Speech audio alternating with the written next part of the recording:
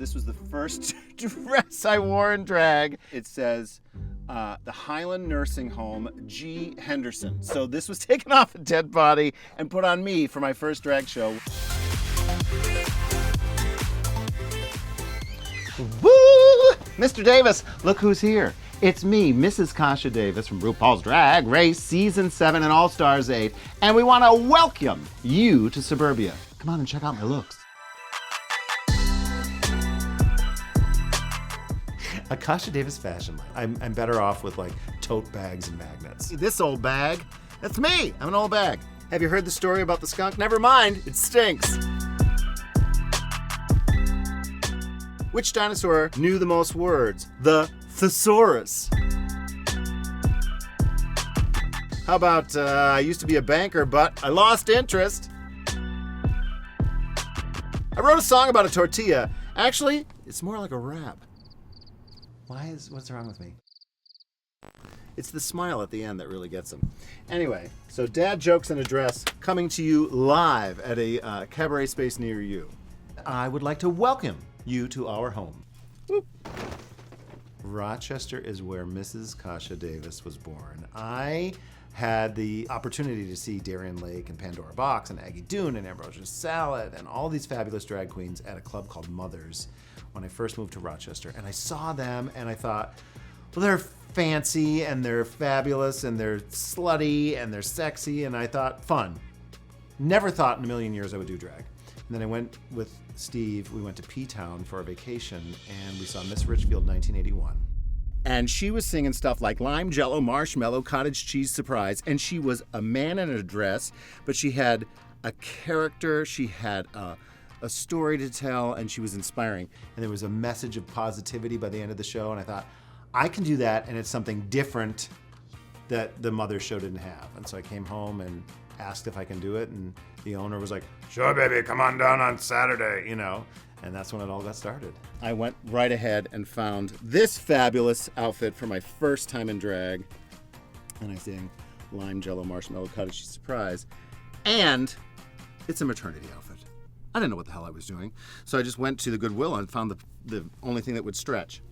Drag mother! Naomi Kane, owner of Mother's here in Rochester, New York. She was absolutely incredible. She told me, Kasha, you're not a pretty girl like them. You're a drag queen. Be a drag queen. And I just loved it. Here we are in the Suburban Basement. And when we bought this house, what was so cool, Mr. Davis came downstairs and saw that there was all this built-in stuff. And he was like, this is perfect. It was great to move out of the city. Our kids were at that age where it was time to really get someplace where they could sneak out at night, you know, and we would feel safe about it. It's important for me to keep Mrs. Kasha Davis in her space because it could start to creep up everywhere. I like a lot of stuff. I decorate with a lot of clutter. I am definitely somebody who has my own organizational methods. I think I'm pretty organized, yeah. It's cluttered looking to others, but it's like that organized clutter. My sort of draw to drag is about the message. Whether it's going to be gratitude, it's going to be kindness, it's about being yourself. Ha ha! Celebrate the flats. Wear them if you love them. Who cares? Just be you. The fashion aspect I've often struggled with. I don't consider myself this fashion queen. And so even prior to RuPaul's Drag Race, I would compete for pageants. And I just was like, the swimsuit section, I'd come out with a big box of donuts and be like, I'm on the new diet, you know, because I can't take it that seriously. Look at these tiny panties. What is this gonna hold? Thank God I tucked.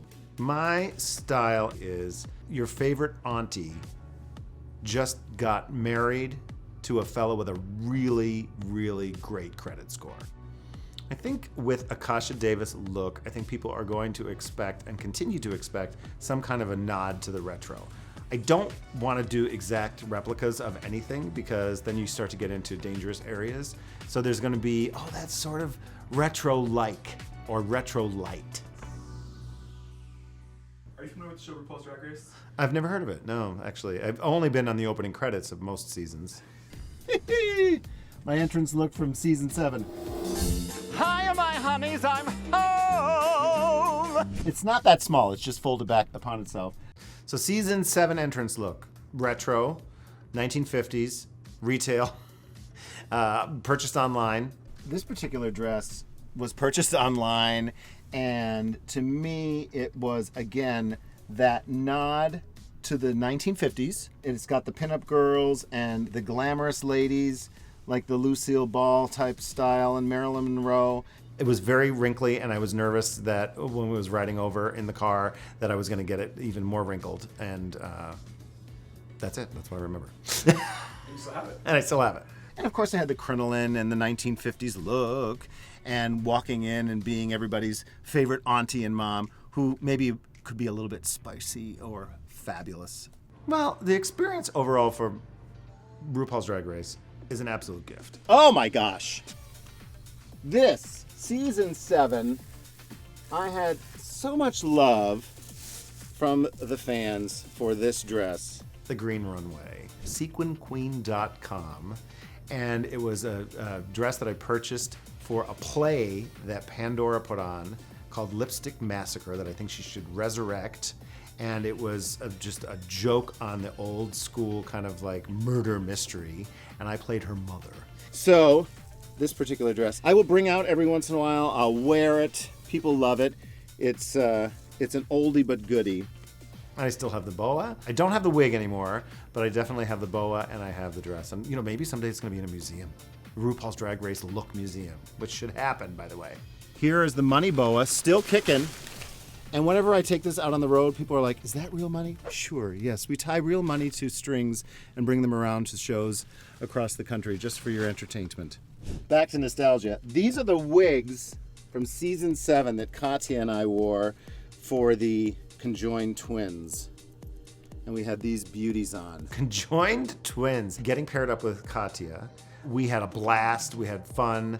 Those campy, crazy moments together, being sewn together, basically, in an outfit to the point where we fell down on the stage. It was an absolute blast. These are going to be worth, tens of dollars someday. I don't love seeing myself on TV or, on film. I cringe a little bit, but it was really cool, and it was amazing to see not just my husband and I watching it together, but the community, is celebrating it and backing us up. I wanted to point this one out. On season 7, I was considered that retail queen, and I have to say, I was so proud of my NYC purchase of this gown in New York City. Season 7 finale dress. This is a fabulous dress purchased in the fashion district of New York City. I thought I was just the most gorgeous thing that ever hit, and I'm not sure which retail shop I picked it up in New York City in the fashion district, but I was thrilled to wear it. I felt fabulous next to all those fashion queens because it was a challenge for me being a camp queen and being in a season where it was known as the fashion season. So it was definitely a challenge for me, and I had fun making that effort. I thought this was a steal. It was encrusted in rhinestones and there were feathers on the bottom. I'm thinking to myself at the time, I'm stepping up from one retail purchase to another, but basically it was a step up from my original looks for a Drag Race. So when we got to the finale, I thought, oh my gosh, she's elevated.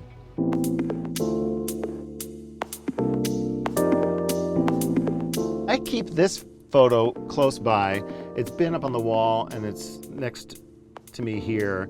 This is when everything changed for me. RuPaul's Drag Race season 7. You can see Violet being herself there, throwing the finger, Max and Pearl and Trixie and Katya. And for me, this was probably one of my last times boozing it up. I wanted to come back for All Stars 8 for multiple reasons. One, I wanted to be able to show the world what I've been doing, but I also wanted the chance to experience it sober. Here's a photo of me at Mother's back in the day. And as you can see, I used to just not only celebrate my performance, but I also celebrated some of the things that I liked most in life. I don't know if you can see, there's about 16 bottles of gin being celebrated in this look. And there was always time for a cocktail. Woo! I wanted to know what it was like to not be sitting there in panic waiting for the next drink. I am just now 8 years sober, and so that period of time, I believe I grew not just as a performer, but as a person.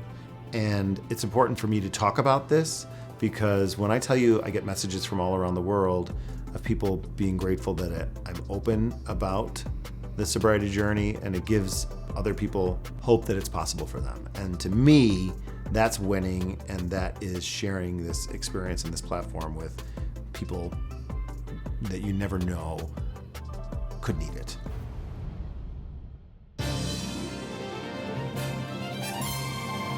My name is Mrs. Kasha Davis, and I'm an alcoholic.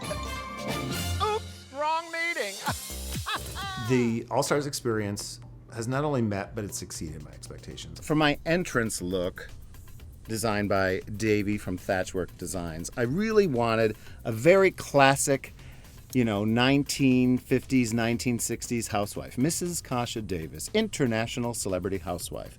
We're giving you the housewife from the season 7 entrance, but actually custom, and it was made for me. It wasn't purchased retail. And I always have a touch of nostalgia with my looks if I can, and these earrings were my mom's earrings that she wore to my wedding of my ex-wife. For an accessory for me, I like, if I can, to have something that has meaning. And if I can have that, like a purse or those glasses or those things that have meaning to me, I think that's kind of fun to bring that out onto the stage. There's an energy to that I think is fun. Now, of course, who doesn't love playing a character? I remember packing for All-Stars, and I thought to myself, there's got to be some opportunity for you to be this kooky, ridiculous character, exercising, wearing a crop, a half top, having your belly out, just like balls to the wall, camp ridiculousness. Barb. I'm Barb. Who doesn't love Barb, right? I literally thought of Katya when I was packing, and I thought of the Conjoined Twins, and I thought of being as crazy as possible, and I thought, what made me think of that? Somehow it was working out clothes. And so I ran out to a retail shop, purchased those 2 items, and threw them in the bag, and I was like, this is perfect. Here we have one of my favorites, the banana look from All-Stars 8. Yes, the banana look. And it had bananas on the shoulders, but they didn't make the trip back home. But it's that classic look from the Sonny and Cher era, the Bob Mackie kind of vibe where you have the variety show kind of presence. And to me, that's again that nod to the past with a little bit of a touch of today. And I think we're going to make our way around this pole. I was never a stripper, but look how good I did at that. What the heck? One more. Yes, the black and white. Oh my gosh. Another look that I'd like to share would be this one, created by Maya Douglas. This one really tugs at my heartstrings because not only was this particular look designed by Maya Douglas, she showed it to me and it immediately made me think of my mother. And my mom is in heaven, and she's a really big part of my drag character. The inspiration for Mrs. Kasha Davis comes from my mother, an Italian diva who would get dressed up as fabulous as possible for a PTA meeting and just to get out for the day, to go to the grocery store. My mother would be so excited to see this happening on television. She was just a sweetheart. She always said, "You're my star," when I was younger. So to be able to bring that look to the stage was like bringing her there too. A dream look. Well, I think the dream look that I would like would be a winning look. The thing that I learned the most is that I need to be more competitive. I feel as though I have a tendency to want to lift other people up. And I think looking back on the episode where Darren and I are both on the bottom, this is one of my closest friends who I consider family. I could have fought more for myself. And I think I know Darian well enough to know that she would have been okay with that. Instead, it appeared as though I was sort of like, let her stay. And that was a big part of the emotion that I had because I was frustrated with myself in that kind of choice of generosity. Rochester forever. I will be wherever my husband is. So we are not moving out of Rochester anytime soon. Our youngest daughter got married. The pressure is on. You know, we're hoping to have grandkids. And when that happens, I can't imagine going anywhere. We want to be there for the, you know, the first everything, the first flute concert to the graduation ceremony from kindergarten to first grade, whatever the case may be. We want to be there to support the kids. I'm going to be the first RuPaul's Drag Race grandmother, father person, and I can't wait. Thank you for coming. We had a hoot and a holler. You're welcome back anytime. Come back, check out outfits from future seasons of RuPaul's Drag Race, because I'm sure they're going to cast me again after this, right? Okay. All right, time to mulch and do other suburban things. Thanks for coming. We're headed to brunch. Brunch.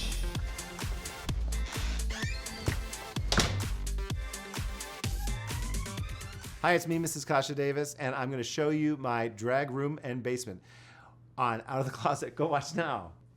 Hi, it's me, Mrs. Kasha Davis, and I want to welcome you to my home and Hi, it's me, Mrs. Kasha Davis, and I want to welcome you to our home and the drag basement.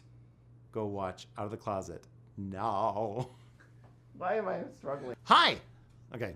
Hi, it's me, Mrs. Kasha Davis, and I want to welcome you to our home and drag basement.